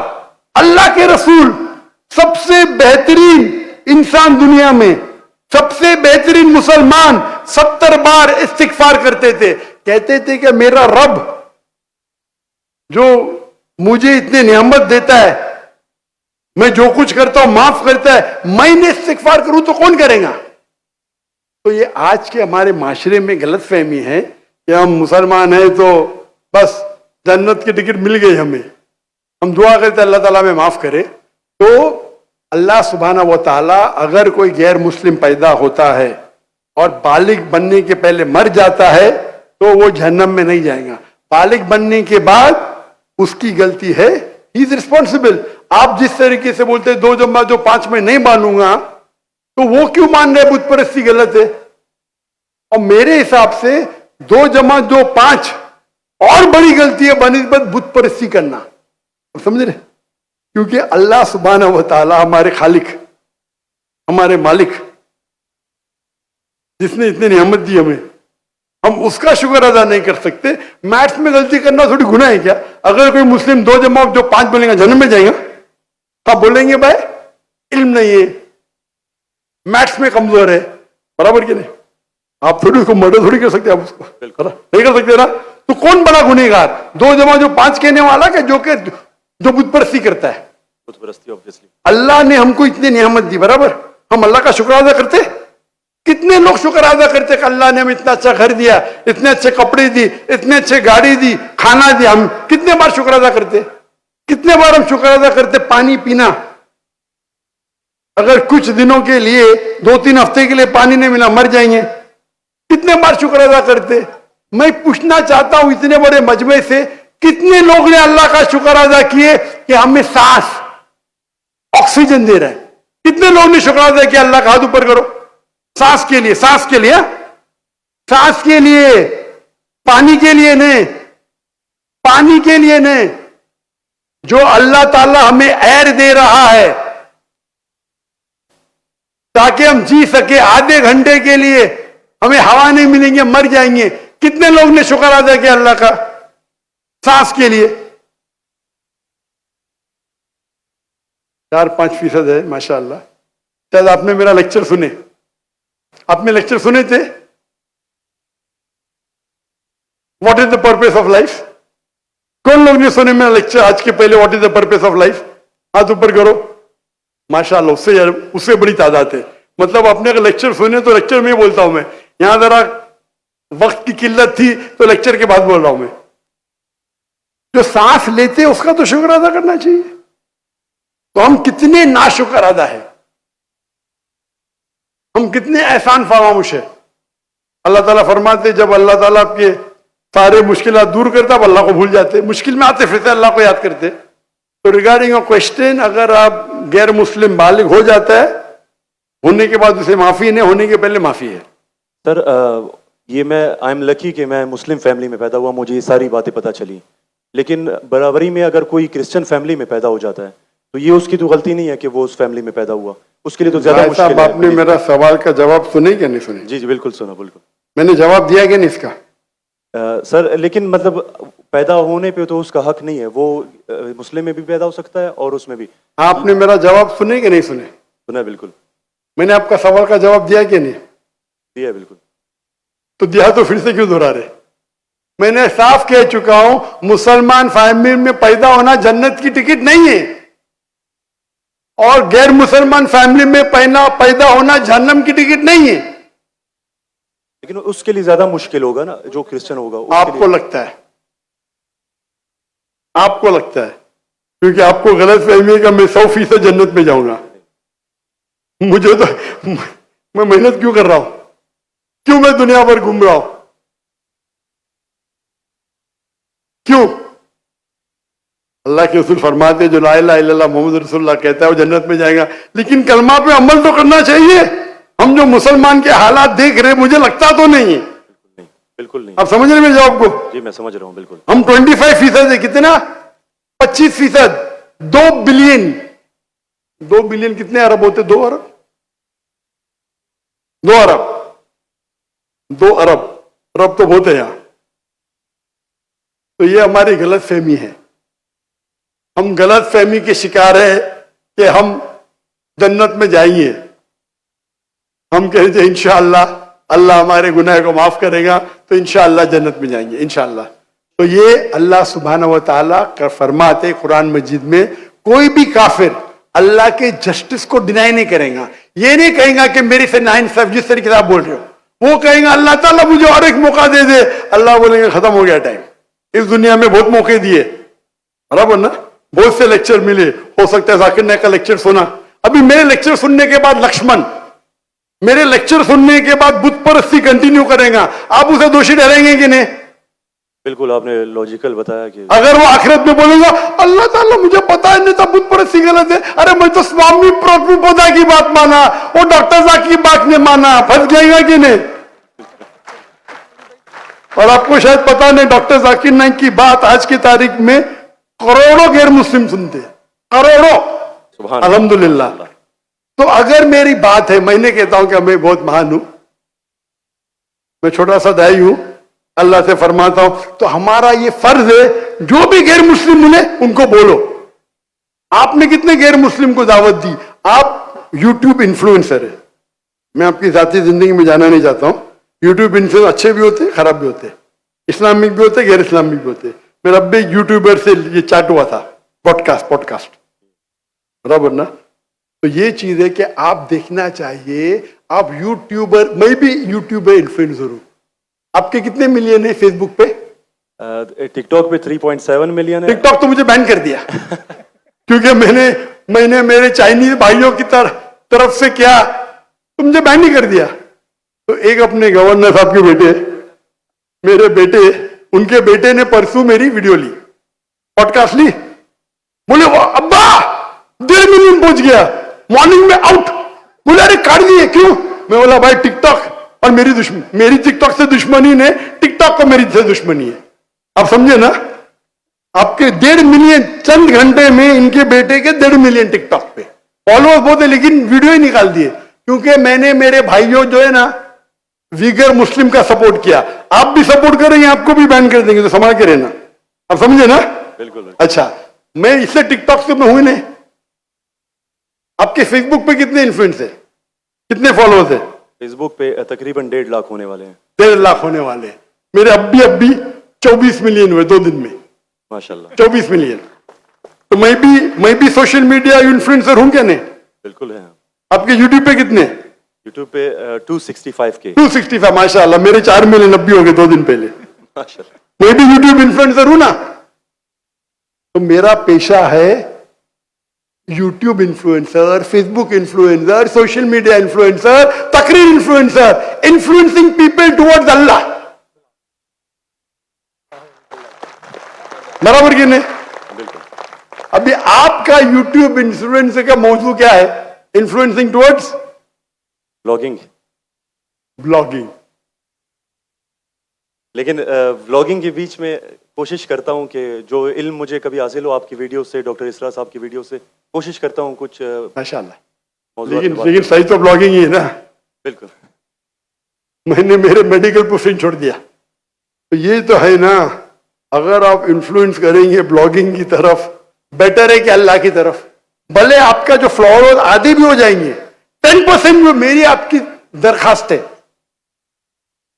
मेरी आपसे इल्तिजा है, आप इस्लामिक यूट्यूब इन्फ्लुएंसर बनो। मे भी आपके फॉलोअर्स 4 मिलियन से 1 मिलियन हो जाएंगे। आपकी जो आपको पैसा मिलता है कब यूट्यूब से? बिल्कुल मिलता है। मैं तो पैसा लेता ही नहीं हूं। मुझे कहते आप अगर फेसबुक पे ऐड लेंगे आपको $50,000 पर मंथ मिलेगा। अरे भाई मुझे जन्नत जाने का है, $50,000 आप मुझे $50 मिलियन भी देंगे तो मैं ऐड नहीं दूंगा। Most of the social media पे ऐड देना हराम है। आपके चैनल पे लड़कियां आ जाएंगी, छोटे छोटे कपड़े में आ जाएंगी। अरे क्यों मुझे जन्नत में जा रहे भाई? मेरे यूट्यूब सोशल मीडिया पे नो मोनेटाइजेशन। कभी कभी किसने स्ट्राइक किया, अगर मैं ऑडियो इस्तेमाल किया विद परमिशन, उसके मैनेजर को पता नहीं तो कभी ऐड आ जाती, गलती से ऐड आ जाती। मेरे हिसाब से मैं भी सोशल मीडिया में I am a expert in social media. No blogging, only logging towards Allah. माशाल्लाह माशाल्लाह। और जरूरत ही नहीं, अल्लाह ताला मुझे रोज लाखों देता है, तो क्यों मैं यूट्यूब से लूं भाई? यूट्यूब से हराम कमाई हराम है। यूट्यूब के ऐड से अगर आप कमाते हैं, वो ऐड में लड़कियां आ जाएंगी, म्यूजिक आ जाएंगी, ये आ जाएगा वो, आप उसको में भी आप अल्कोहल ऐड को बैन करेंगे। लड़कियां तो बैन नहीं कर सकते ना? कर सकते क्या? नहीं कर सकते। अपने माशरे में पीडोफिलिया फैलेगा। इसके वजह से। आप समझ रहे ना, हर इंसान समझता मैं तो इस्लामिक हूं। कमाने का यूट्यूब इन्फ्लुएंसिंग बहुत कम, कमाना तो छोड़ दो, मैं कमा सकता हूं। 24 मिलियन फॉलोअर्स है, बराबर ना। मेरे इसमें कोई भी मेरी कॉपी कर सकता है फ्री में। मेरे यूट्यूब के जरिए कितने लोग $10,000 $50,000 पर मंथ कमाते। थंबनेल पे क्या डालते, फोटो डाल देते लड़की का। मेरे इसके ऊपर 5 लाख, उसके इस पे 2 मिलियन। मैं सवाब कमाऊंगा ना, वो क्या कमाएगा, पैसा और नर्क। मैं बोला नो कॉपीराइट, पैसा तू कमा भाई, मुझे अजर कमाने दे। मैं अगर हिट करूंगा ना, उसका पैसा मेरे पास आ जाएगा, बराबर कि नहीं। मैं बोलता हूं नो कॉपीराइट। जाकिर नाइक ऐश्वर्या राय, ये ऐश्वर्या राय कौन है, गूगल करूंगा, अरे बॉलीवुड की एक्ट्रेस है, मुझे क्या पता। समझे ना, मेरा वीडियो लेते हैं, लेकिन मैं क्या बोलता हूं, मेरे वीडियो के ऊपर शैडो बैन पता है आपको ना, शैडो बैन है। मैं बोला भाई काम करो, पैसा कमाओ, मुझे सवाब मिलने दो। मैं रील्स करता हूं, मेरा वीडियो पहले 100,000 1 मिलियन, अभी 2,000 3,000, अभी पाकिस्तान में माशाल्लाह बढ़ गया, 1 लाख 2 लाख हो गया, क्योंकि हिट बहुत है। तो मैं बोलता हूं, मैं तुम लोग कमाओ पैसा, मुझे सवाब कमाने दो। We are specialise in social media. हम सोशल मीडिया में स्पेशलाइज्ड है, किस तरीके से थंबनेल बनाना, what is the difference between Facebook, what is the difference between. मैं कहता हूं मैं अल्लाह इन्फ्लुएंसर हूं, अल्लाह सेंटर्ड। मेरी आपसे इल्तिजा है, मेरी आपसे दरखास्त है, मैं मोहब्बत से मेरे भाई अब्दुल बासित, अल्लाह की तरफ लोग को, अल्लाह ने अगर आपको हुनर दिया है इन्फ्लुएंस करने का, अल्लाह की तरफ इन्फ्लुएंस करो, इंशाअल्लाह आपकी फॉलोइंग डबल ट्रिपल हो जाएंगी इंशाअल्लाह। अल्लाह अगर तो, और अल्लाह ताला आपको रिस्क देगा। जो रिस्क है आपके इसमें आएगा, कौन निकाल नहीं सकता है, अल्लाह देखता है हराम का रिस्क है हलाल का रिस्क। आप समझते कि आप ऐड बंद कर जाएंगे तो रिस्क बंद हो जाएंगी, ऐड बंद करो रिस्क डबल हो जाएंगी इंशाअल्लाह। अल्लाह ताला के बहुत से दरवाजे खुलेंगे। आप बोले आप मुझसे इन्फ्लुएंस है, बिल्कुल सही, टोटल इन्फ्लुएंस नहीं हुए। अगर टोटल इन्फ्लुएंस होते थे तो इंशाअल्लाह आप डॉक्टर इस्लाम अहमद से इन्फ्लुएंस है। आप अगर डॉक्टर इस्लाम अहमद को बोलेंगे ब्लॉगिंग कराओ, खुश होंगे वो? बिल्कुल भी नहीं। येट अल्लाह आपको हिदायत दे, अल्लाह आपको अजर दे, आप अच्छा काम कर रहे हैं इंशाअल्लाह। खाली थोड़ा ट्विस्ट लेके आइए। तो जिसने मेरा पॉडकास्ट किया, जो भी किया है, मैं उसको भी हिदायत दी। नहीं डॉक्टर साहब, मैंने भी नया चैनल इस्तेमाल किया, अच्छी बात है, करो भाई। एक दिन में 1.2 मिलियन, एक दिन में कितना, 1.2 मिलियन 1.2 मिलियन व्यूअर। मेरे बेटे ट्रैक कर रहे थे, 2 दिन में 2 मिलियन। अब भी पॉडकास्ट लिया, मलेशिया आए थे मेरे पास लेने के लिए। हाँ लो भाई, चलो भाई, पाकिस्तानी है, मोहब्बत करते हैं अल्हम्दुलिल्लाह। अभी 5 मिलियन के ऊपर हो गया एक हफ्ते में, एक दिन में 1.2 मिलियन। जी मैंने वो वीडियो देखी है। अच्छी है क्या, अच्छा लगे 1.2 मिलियन एक दिन में, 24 घंटे से कम, अच्छा है कि नहीं? मैंने खुद यही सोचा था कि आपका अकाउंट जो है शैडो बैन है, क्योंकि दूसरों को इतने व्यूज मिल रहे हैं, आपको उतने। हाँ नहीं, मेरा चैनल बैंड है, मैं नहीं बैंड हूं। टिकटॉक पे मैं बैंड हूं, टिकटॉक पे पूरा बैंड, क्योंकि मैं, मेरे भाई जो है ना चाइना में, मेरे लिए दिल उनका है। टिकटॉक बैन करेगा क्या फर्क पड़ता है, अल्लाह मुझे बैन नहीं करना चाहिए, बराबर ना? बराबर। मैं बात नहीं करना चाहता हूं हमारे देश के, मुसलमान देश के, जब प्राइम मिनिस्टर पूछते विगर मुस्लिम के बारे में, हमको पता ही नहीं। अरे कैसा पता नहीं आप अगर मुसलमान देश के प्राइम मिनिस्टर है, आपसे पूछा जाता है विगर मुस्लिम के बारे में, आपको बोलता पता ही नहीं। क्या हो गया हमारे माशरे को? अगर हमारे भाई विगर मुस्लिम में उन पे जुल्म हो रहा है, आप बोलते पता ही नहीं। जब मैं डंकी की चोट पे उनको सपोर्ट किया मलेशिया में, टिकटॉक पे बैन नहीं करते किसको, पता है ना? जाकिर नाइक को। तो मेरा गर्व से, अच्छा माशाअल्लाह, शैतान ने मुझे बैन किया, अल्हम्दुलिल्लाह। वहां के दरवाजे बंद तो यहाँ के दरवाजे खुले। अल्लाह ताला टेस्ट करता है आपको, अल्लाह ताला इम्तिहान लेता है, आपकी इम्तिहान लेता है। भाई मैं टेस्ट करूंगा आपको क्या करने का। अल्लाह सेंटर बनो, लोग को अल्लाह की तरफ लेके आओ, अल्लाह इन्फ्लुएंसर बनो, इंशाअल्लाह दुनिया में फायदा होगा कि नहीं होगा, आखिरत में तो आपकी जन्नत confirm. Question. Thank you so much. Thank you ji बहुत शुक्रिया। ये सेंटर से मैं दरखास्त करूंगा, सेंटर में अगर माइक मौजूद है तो इनको मौका दिया जाए। इससे पहले मैं एक पर्स मेरे पास आया, उमर सुफियान है कोई जिनका ये पर्स हो, ये निशानी बता के सिक्योरिटी वालों से कलेक्ट कर लें प्लीज। सेंटर से मैं दरखास्त करूंगा, सेंटर में अगर कोई नॉन मुस्लिम भाई हैं तो पहले उनका हक है, वो सवाल करेंगे। अस्सलाम वालेकुम sir, my name is Mohammad Ismail and I am a student. Sir मेरा ये सवाल था कि कुरान में आता है कि दो लोगों के लिए कत्ल की सज़ा सुनाई गई है, एक जो फसाद फिल अर्द करे और दूसरा जो किसी का कत्ल करे। लेकिन जब हम अहदीस का मुआयना करते हैं तो हमें एक दूसरी टाइप भी मिलती है कि जो मर्द और औरत शादीशुदा जिना करें तो उनके लिए भी कत्ल की सज़ा है। तो हमें किस चीज़ को मानना चाहिए?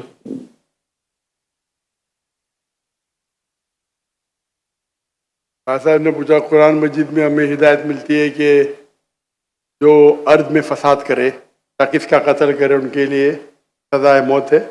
हदीस में मिलती है कि जो जिना करे, शादीशुदा कत्ल है, किस पे अमल करे? दोनों पे अमल करना चाहिए। ये कोई सवाल है?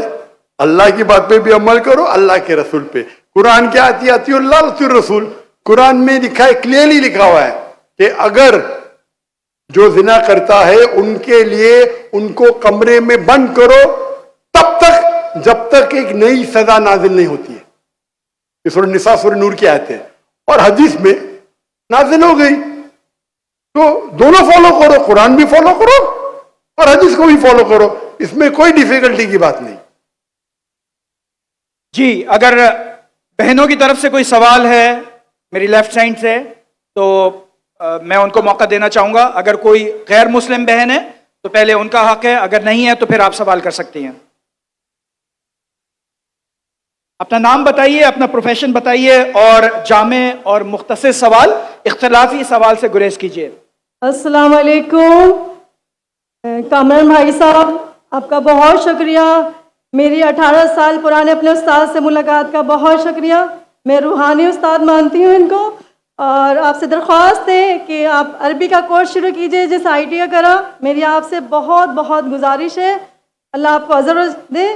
और दूसरा सवाल ये है कि मेरे दादा जान हिंदुस्तान पाकिस्तान बनने से पहले हिजरत करके आए हिंदुस्तान से, तो वो मुसलमान करते थे लोगों को। तो हम लोग ठट्ठा में रहते हैं और तबलीग करते हैं, मुसलमान करते हैं, वहाँ क्रिश्चियन भी हैं मुस्लिम भी हैं। तो जाकिर साहब का मैंने प्रोग्राम देखा 2009 में, 2009 से मैं फॉलो कर रही हूँ, मगर मैं हिंदुस्तान नहीं जा सकी कुछ बॉर्डर के इश्यूज की वजह से। तो मेरा ये सवाल है कि मैं 18 साल से तबलीग कर रही हूँ, बाइबल का बोला था कि आप स्टडी करें और स्टडी करके उनको बताएं कि कहाँ गलती है। तो मैंने की और मैंने मुसलमान किया बहुत सारी अपने दोस्तों को स्कूल लाइफ में और अभी भी अमली ज़िंदगी में कर रही हूँ। मेरी दोस्त है, फैमिली है, वो जो है ना बोलती है कि हवाला देते हैं गीता से, रामायण से, तो उसमें कहते हैं आखिरी उतार रसूल पाक है। तो वो कौन सी किताब है? वो कौन सी किताब है? दो सेंटेंस से ज्यादा बात करना, तकरीर का वक्त खत्म हो गया। मैं माजरत चाहती हूँ। मैं आपकी सुनिए, आपने कम से कम 2 मिनट तो बात कर चुकी है जी। आपने कम से कम 10 सेंटेंस बोल चुकी है जी। उसमें कोई सवाल था नहीं, तो दूसरे को मौका दीजिए। नहीं, रामायण और गीता का बता दे, इसमें आखिरी उतार बोला गया मोहम्मद रसूल पाक को, तो वो कहती है कि वो सच्ची किताब है हमारी। आस्ते से माइक जरा दूर खड़ी रहिए। वो बोलती है कि कौन बोलती है? मेरी दोस्त है जिनको मैंने तबलीग की कि इस्लाम में दाखिल हो जाओ, तो वो बोलती है आपके जाकिर नाइक साहब मेरा एक सवाल का जवाब दे दे तो मैं मुसलमान हो जाऊंगी कि ये रामायण और गीता में जो लिखा हुआ है कि आखिरी रसूल पाक जो आखिरी उतार है तो हमारी किताब सच्ची है और इससे हवाला क्यों देते हैं? वो अगर बाइबल से दे 4 किताबें इलामी है और मैंने स्टडी किया ज़बूर। बस सवाल खत्म हो गया, जवाब सुनेंगे कि नहीं? जवाब भी आपको देने का? जी जी जी। अब सवाल छोटा सा, इतने छोटे सवाल के लिए आप 10 सेंटेंस आगे 10 सेंटेंस पीछे, लोग को सवाल ही घूम जाता है। सवाल छोटा सा। मेरी हिंदू दोस्त कहती है, हिंदू सहेली कहती है कि जाकिर नाइक कहते हैं हिंदू किताब में अल्लाह के रसूल मोहम्मद सल्लल्लाहु अलैहि वसल्लम का जिक्र है तो मेरी किताब सही है। बराबर ना? मैटर खत्म। अभी जवाब देता हूं मैं।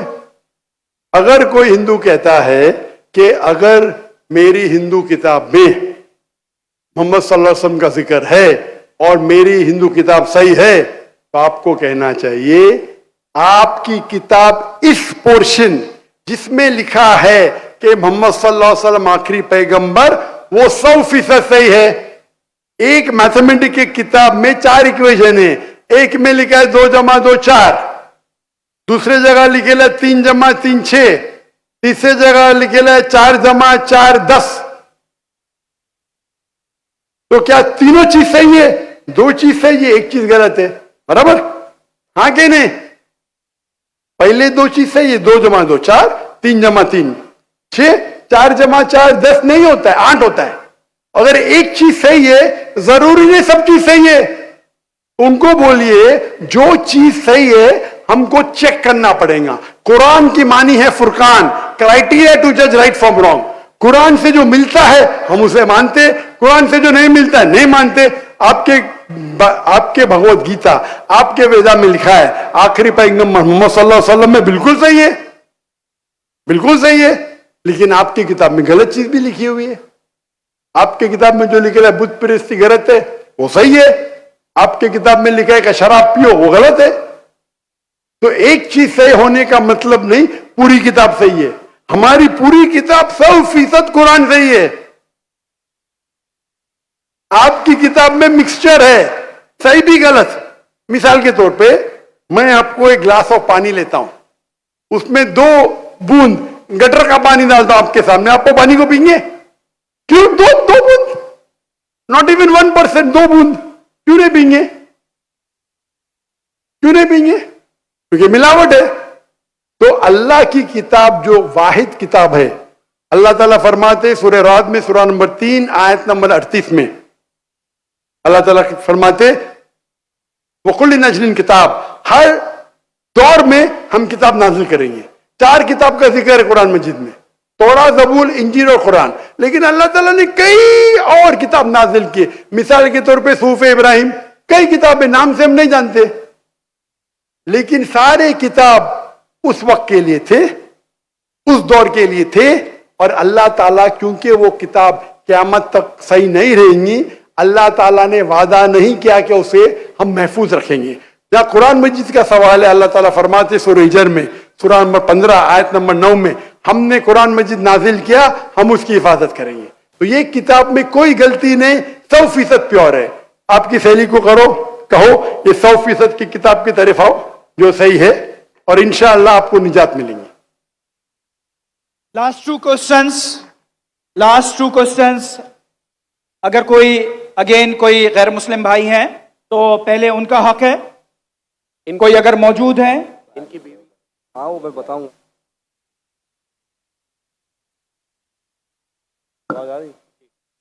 सर ये मेरा सवाल है कि अपना नाम बताइए, अपना प्रोफेशन बताइए। मेरा नाम है अली हमजा और मैं मुस्लिम कमेटी से हूँ। मैंने एक लड़की से शादी की थी, हिंदू लड़की से, मुस्लिम करके। अलबत्ता उससे एक मेरी बेटी पैदा हुई, तो अब वो मुझसे डिवोर्स मांगती हैं और वो बच्ची भी मांगती हैं। और वो कहती हैं कि इस बेटी को मैं साथ ले जाऊंगी और अपने मज़हब में कन्वर्ट दोबारा होना चाहती हूँ। अगर मैं बच्ची दे देता हूँ और वो अपने मज़हब में कन्वर्ट हो जाती है तो क्या मुझे गुनाह मिलेगा या नहीं मिलेगा? मतलब यही सवाल है। भाई साहब ने पूछा कि मैंने एक हिंदू लड़की से शादी की, फिर कहा कि शादी करने के पहले कन्वर्ट कर लिया। ये कहा एक बच्ची पैदा हो गया, अभी डिवोर्स चाहती है 1 साल बाद, और वो मेरी बच्ची को लेके आना चाहती, तो मैं क्या इसकी जिम्मेदारी मेरी है? पहले ये पूछना चाहता है अपने कन्वर्ट सही तरीके से किया, गलत तरीके से किया? सर कन्वर्ट पहले किया, पहले मुस्लिम किया कराची इग्नोरी टाउन से। कन्वर्ट जो किए अपने, मैं कहता हूँ रिवर्ट, सही तरीके से किए या गलत करे थे मैं नहीं जानता हूँ। सही तरीका मतलब सही तालीमात दी कुरान मजीद की, वो असल में कुरान से मुतासिर हुए कि आपसे, आपका नाम क्या है? अली हमजा। अली हमजा, हो सकता है वो अली हमजा के इश्क में कन्वर्ट हो गई, बराबर ना? वो अल्लाह के इश्क में कन्वर्ट होना चाहिए, अल्लाह के रसूल के इश्क में कन्वर्ट होना चाहिए। आपके इश्क में कन्वर्ट हो गई तो मे भी आपकी गलती है। कन्वर्ट करके बच्ची पैदा हो गई, बच्ची को भी लेके जाएंगे टेंपल में, गलती किसकी है अभी? आप बोलिए मुझे। गलती किसकी? हाँ आपकी जो, अब क्यों सवाल पूछ रहे फिर? सर ये सवाल तो है कि सवाल ये है, अभी ऑपरेशन हो गया, प्लास्टिक सर्जरी करने पड़ेगा, आप उनको मेरे कसट दिखाओ, मेरे वीडियो दिखाओ। सर आप 1 साल आपसे शादी की, आपको 100% पता आता कि नाम के लिए कन्वर्ट की, चलो हो तो गई कन्वर्ट, उस टाइम भी दावत नहीं की आपने, सही है क्या? सच बोलो। सर आपका बयान लेट हुआ, वो सुने मेरी बात, आई थी। सुने मेरी बात। आपने शादी कर ली, चलो कर ली अल्हम्दुलिल्लाह, आपको पता था कि वो नाम के लिए कन्वर्ट हुई, उस टाइम तो अब सही दावत देने का था उसको, बराबर की नहीं? बराबर। आपने बोले चलो कन्वर्ट हो गए, अभी गए भाड़ में, क्या फर्क पड़ता है? यानी आपने सूरे अल असर के तीसरे पार्ट को वतवासौ बिल हक पे अमल नहीं किया, बराबर? बराबर। जन्नत में जाने के लिए वतवासौ बिल हक भी जरूरी है, अपने खुद की बीवी के साथ नहीं करा तो अल्लाह से पहले माफी मांगनी पड़ेगी। अभी प्लास्टिक सर्जरी करो, आप समझे ना? अगर आपकी बीवी डिवोर्स लेती है, मुझे पता नहीं पाकिस्तान में शरिया कोर्ट है क्या नहीं, लेकिन अगर शरिया के हिसाब से आपकी बीवी इस्लाम छोड़ नहीं सकती, अगर छोड़ती है तो आपके बेटी को नहीं लेके जा सकती। अगर वो मुस्लिम होती थी तो काजी फैसला करेगा बच्ची की उम्र क्या है, किसके हक में जाएंगे, लेकिन कोई भी काजी इस्लामिक कोर्ट में एक मुस्लिम लड़की को गैर मुस्लिम मर्द या औरत के पास नहीं भेज सकता। लेकिन सर कोर्ट तो उसके हक में फैसला कर रहा है ना? हाँ कोर्ट, पाकिस्तान का कोर्ट। पाकिस्तान का कोर्ट। मैं समझा पाकिस्तान तो शरीयत को फॉलो करती है। नहीं तो मैं समझा, ऐसा नहीं। नहीं मैं समझा। मलेशिया में माशाल्लाह, मलेशिया बहुत से केसेस होते, अगर कोई मुस्लिम बोला मुझे गैर मुस्लिम बनने का, नॉट अलाउड, अलाउड ही नहीं है। क्या बोलेंगे? आपको काउंसलिंग की जरूरत है। काउंसलर, आपने एक बार तय कर दिया मुसलमान हूं अपनी मर्जी से तय कर दिया कि बोले मुझे गैर मुस्लिम बनने का, कैसा बन सकते भाई? काउंसलिंग, 6 महीना काउंसलिंग, फिर से आएगा, फिर से काउंसलिंग। आप समझ रहे? जी सर। मलेशिया, इसीलिए मैंने मलेशिया चुना, समझे अपना? जी सर। आप कह रहे का इधर वो हिंदू मुस्लिम बन गए, मुस्लिम से फिर से हिंदू बन गए, और कोर्ट ने फैसला दिया कि तो Republic, Islamic Republic of Pakistan कैसा हुआ फिर ये? माफ करना, मैं मेहमान हूं गवर्नमेंट का, अगर मेहमान हूं तो हिदायत तो देना चाहिए ना। फिर तो अल्लाह ताला बोलेंगे मेहमान बना दिया लेकिन हिदायत नहीं दी। कुछ हिदायत होती है अकेला देना, जो मैं मिल चुका हूं माशाअल्लाह, अकेला दे चुका हूं, अकेले में बेस्ट है। पब्लिक में सवाल है, बोलना ही पड़ेगा। इस्लामिक अगर है, नाम का है तो छोड़ो, काम का है तो इस्लाम के अंदर इजाजत है ही नहीं। इस्लाम में मुस्लिम बन गए, अपने मर्जी से बने, अपने बंदूक तो नहीं रखा ना उसके सिर पे, बंदूक रखा तो फिर कैंसिल हो सकता है। लाइक मलेशिया में साबित कर दिया कि जबरदस्ती किए तो वापिस बन सकते हैं, बंदूक तो नहीं रखा ना? नहीं सर बिल्कुल ना, तो खलास। तो आपको जरा करने पड़ेगा। यहाँ के मलेशिया में there is a federal court and Islamic court माशाल्लाह, और मलेशिया में मुसलमान की तादाद सिर्फ 63%, 63%, लेकिन माशाल्लाह वोट बैंक है इस्लाम। तो जब मुझे 15 ममालिक से दावत आए आके यहाँ रो वहां रो, तहकी करूंगा ना मैं, बराबर की नहीं? जी सर। टंकी की चोट पे मेरे लिए खड़े रहते माशाल्लाह। 4 साल में 5 प्राइम मिनिस्टर माशाल्लाह। तो अगर इस्लामिक शरिया है तो शरीयतन अगर एक औरत जो मुस्लिम है गैर मुस्लिम बनती है तो इजाजत है क्या नहीं वो अलग बात है। बच्चे को तो लेके नहीं जा सकती, समझे अपना? यहाँ कुछ होंगे ना हायर कोर्ट, आपके लॉयर शायद स्ट्रांग नहीं होंगे, एक अच्छा इस्लामिक लॉयर करो, मैं भी लॉयर हूं, मैं इस्लाम का लॉयर हूं, समझे ना? जी सर। मैंने मलेशिया में जो मेरे खिलाफ वहां के मिनिस्टर लोग ने मेरे खिलाफ बात की, टेररिस्ट कहा मुझे, मैंने कोर्ट में लेके गया उनको। 1.52 मिलियन रिंगिट यानी $320,000 मिले मुझे। अदल मिनिस्टर, मैं तो आम इंसान हूं, समझे ना। मैंने सू कर दिया उनको, कैसा मुझे मेरे खिलाफ बात कर रहे हैं आप, डिफेमेशन केस। अल्हम्दुलिल्लाह आप भी अच्छे लॉयर करो, मैं तो, मेरे लॉयर अच्छे थे लेकिन मैं खुद, मेरी माशाअल्लाह कोर्ट के अंदर में खुद मेरे लॉयर बोलते माशाअल्लाह आपने क्या बात की, हमको तो बात करने की जरूरत ही नहीं पड़ी, पहली बार कोर्ट में मैंने बात किया। कमाई मिली $320,000, आप कन्वर्ट करो जरा कितना होगा, 10 करोड़ रुपया, 10 करोड़ रुपया मिला। सारे पैसे मैं डोनेट कर दिया फलस्तीन की कॉज के लिए, सारे पैसे। दुआ करता हूं कि आपका हलो, दुआ करता हूं कि अल्लाह ताला आपकी मदद करे, आपके और आपके बीवी को हिदायत दे ताकि सही रास्ते पे आ सके। जज़ाकल्लाह। जी लास्ट क्वेश्चन सेंटर से मैं लेना चाहूंगा, लास्ट क्वेश्चन सेंटर से प्लीज। अपना नाम बताइए, अपना प्रोफेशन। अस्सलाम वालेकुम वरहमतुल्लाहि वबरकातुहू।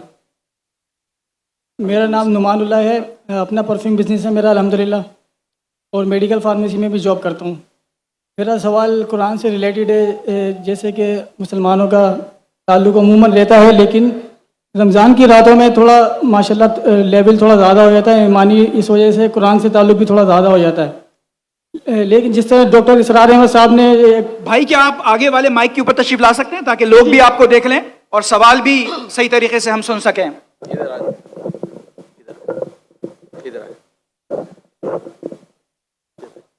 अस्सलाम वालेकुम।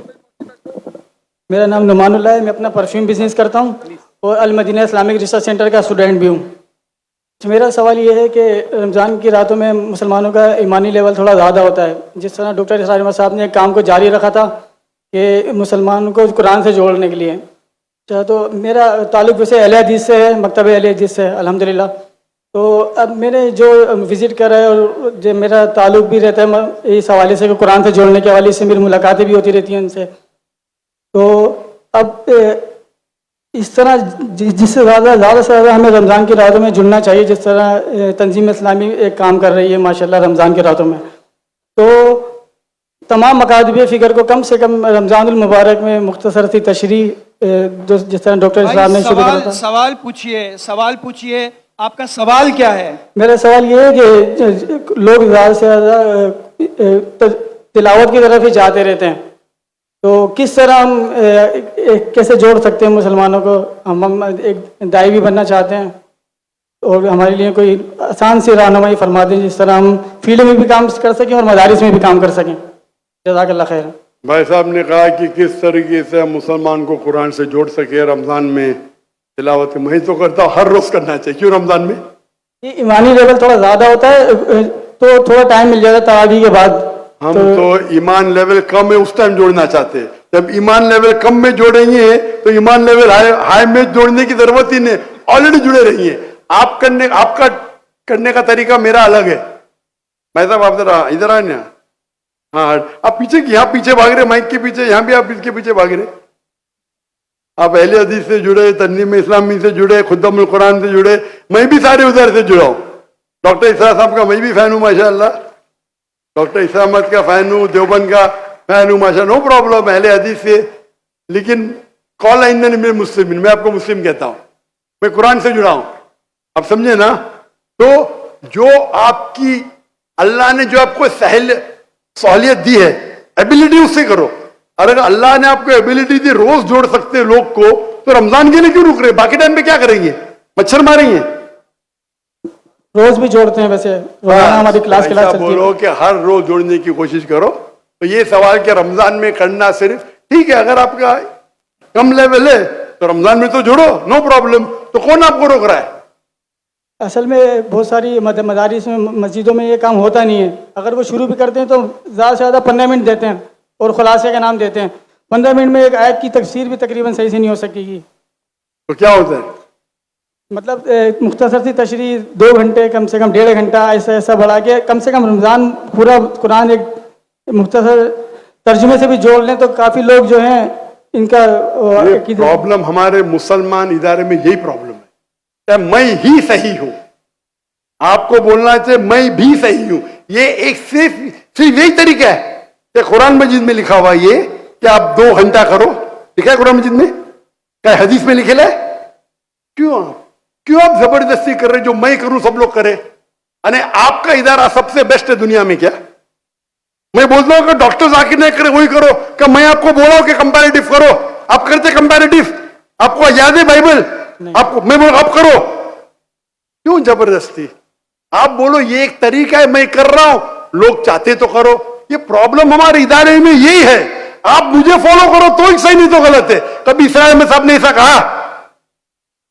आप इसराइल अहमद की तालीमात पढ़ो। प्रॉब्लम यह है कि हर इदारा समझता है आप मुझे ही फॉलो करो, ये ही को निकालो, भी में कन्वर्ट करो। मैं कहता हूं मैं भी सही हूं, मेरा भी एक तरीका है दावत का, है क्या नहीं तरीका? आपको फॉलो करने क्या करो, अल्हम्दुलिल्लाह कुछ तो करो। जरूरी है कि डॉक्टर जाकिर नाइक की बने? कुरान में लिखेला कि डॉक्टर जाकिर नाइक को फॉलो करो। किसको फॉलो करो? अल्लाह के रसूल को फॉलो करो। अल्लाह के रसूल ने कहा कि 2 घंटा पढ़ना चाहिए तरावी के बाद? नहीं। लेकिन हराम ने अच्छी बात है, मैं आपके साथ हूं, लेकिन जबरदस्ती थोपने गए नहीं 40 दिन जाओ। अरे क्यों 40 दिन जाओ? मुझे जिंदगी भर जाने का है, जबरदस्ती। जाकिर भाई 40 दिन चलो, अरे जिंदगी भर मैंने दे दिया अल्लाह के राह में, दिन दिया रात दिया। किसको 40 दिन जाने के जाओ, किसको 20 दिन जाने के जाओ, किसको 80 दिन जाने के जाओ, 4 महीने जाने के जाओ। भाई मैं तो जिंदगी लगा दी मेरी। तो प्रॉब्लम क्या है? अगर आपको कुछ कुरान और हदीस से मिलता है उसके ऊपर आप जबरदस्ती करते लोग से, या बोलो मेरा एक तरीका है, कुरान में लिखे ताला कलिमतिन, आप भी करो, आप भी कोशिश करो, नहीं करो नो प्रॉब्लम। अगर मैं तकरीर में बोलूं भाई डॉक्टर जाकिर नाइक, आप अगर मैं तकरीर में आते ना भाई आपको बाइबल कोट करने पड़ेगा 10, नहीं तो एंट्री नहीं। अल्हम्दुलिल्लाह मेरे तकरीर सुन के बहुत से मुसलमान बाइबल कोट करते, पता आपको? आप नहीं करते, अफसोस की बात है। फिर भी मैं आपसे मोहब्बत करता हूं, जज़ाकल्लाह खैर। फिर भी मोहब्बत करता हूं जी। आप, मैं भी आपसे बहुत मोहब्बत करता हूं। प्रॉब्लम क्या है? आप ऊंचे उलमा को सुनेंगे, डॉक्टर इसरार अहमद को सुनेंगे, उनकी माशाल्लाह वो मेरे घर में मेहमान थे 2004 में तकरीबन, सन बराबर बताने। मैं बहुत मुतासिर हूं उनसे। हमारे कुछ साथी उनसे नाराज थे। बोले क्या नाराज है भाई, क्या गलत बोल रहे हो? खाली मेरे इदारे से नहीं, मतलब क्या गलत? मैंने साथ दिया उनका, बुलाया उनको, और मैं जानता था वो हनफी है। मैं देखा कि डॉक्टर साहब आप रफ़ीदैन कर रहे? बोला हाँ बेटा, मेरे वालिदैन हनफी थे, हनीफी फॉलो करता हूं, इस पे रिसर्च किया, मैं रफ़ीदैन कर रहा हूं, अल्हम्दुलिल्लाह। तो ये छोटी छोटी बात में जबरदस्ती, उनने कभी मुझसे जबरदस्ती नहीं की। मुझे कहा बेटा आप क्या करना चाहते? बोला मैं दोनों करना चाहता हूं, दावा भी डॉक्टर भी। बोला बेटा मैंने 7 साल कोशिश की, नाकामयाब था, एक को चुनो, उनमें माहिर बनो। मैंने डॉक्टरी छोड़ दी और दावत किया, जबरदस्ती जोड़ी की मेरे पे। उनने कहा बेटा अपने जरूरत को कम करो, अपने जरूरत को कम करो, ताकि आप इसके गुलाम ना बने। अगर मैंने, अल्लाह ने मुझे पैसा दिया, मुझे तो रोज रोज चाहिए, मुझे रोलेक्स घड़ी चाहिए, तो मुझे फिर यूट्यूब से कमाने पड़ेगा। मेरे अखराजात मेरे महीने के $500 है सिर्फ। कितने? $500 काफी है मैं और मेरे बीवी को रहने के लिए, महीने का $500। वो बाकी अखराजात में दावती काम के, मैं प्लेन पे जाता हूँ इकोनॉमी क्लास से, मेरे पैसे से जाता हूं, $500। वो दावती अखराजात ज्यादा है, मुझे जरूरत ही नहीं यूट्यूब से कमाने की। अल्लाह ताला मेरी झोली में डाल रहा है, करोड़ों रुपये डाल रहा है महीने के। प्रॉब्लम ही है, डाल के टेस्ट कर रहा है मुझे, तो अल्लाह को पार्टनर बना दिया। मेजोरिटी अल्लाह के राह में, मेजोरिटी। मैं आपसे जबरदस्ती करूं, आप भी डालो 51%, क्या बोलेंगे आप? जितनी भी रिश्तेदार होगी मैं ये तो बोलूंगा। नहीं कब मेरे बेटे के, मेरा मैं बोलता नहीं कितना, 51% आप डालो। मेरी इल्तिजा है भाई, पहले रिच लोग तो डालो। मैं बोलता हूं फर्ज नहीं है, प्रॉब्लम है क्या मैं ही सही हूं, ये मेरा तरीका ही सही है कि रमजान के बाद 2 घंटे तफसीर करना ही चाहिए। अगर कुरान मिलेगा तो करेंगे भाई, अरे किसको दुआ करने का है जबरदस्ती? आप करो, अच्छी बात है। मैं डॉक्टर साहब के साथ है, उनने कभी जबरदस्ती नहीं की, से उन्हें जबरदस्ती की नहीं की। आपने कभी तकरीर में सुना अरे बाकी मदारिस नहीं कर रहे मैं ही सही कर रहा हूं? सुने कभी इसरा अहमद को? आप लोग डॉक्टर इसरा अहमद को फॉलो कर रहे, उनको बदनाम कर रहे, क्यों? बदनाम नहीं कर रहे, कहने का मेरे हिसाब से तो बदनाम कर रहे भाई। नहीं, मैं भी उनका स्टूडेंट हूं। नहीं, ऐसा नहीं कर। अरे भाई मैं भी कुरान को कर रहा हूं, मैं तकरीर, मेरे बेटे ने आज तकरीर की, कुरान मजीद को समझ के पढ़ो। ये डॉक्टर साहब का मौजूद था कि नहीं? जी जी उनने कायम की क्या नहीं इदारा? जी वो अरबी जबान से भान ने खुद सीखा ना, कोई दारुल उलूम में गए नहीं ना। नहीं। हमने कोशिश की कि हमारे तीनों बच्चे को बचपन से अरबी सिखाए और अंग्रेजी दोनों। मैं नहीं जानता बच्चों को सिखाया कि नहीं। वो उर्दू पे महारत नहीं रखता, उसकी महारत है अरबी और अंग्रेजी। बैचलर अरबी में करे, अरबी लुगा फुसा है उसकी। मैं जबरदस्ती करूंगा, आप भी करो भाई, मैं मिसाल पैदा करो। हमारा फतवा होना चाहिए मैं भी सही हूं, मैं ही सही हूं नहीं। ये निकाल दो आपके दिमाग में से मैं ही सही हूं।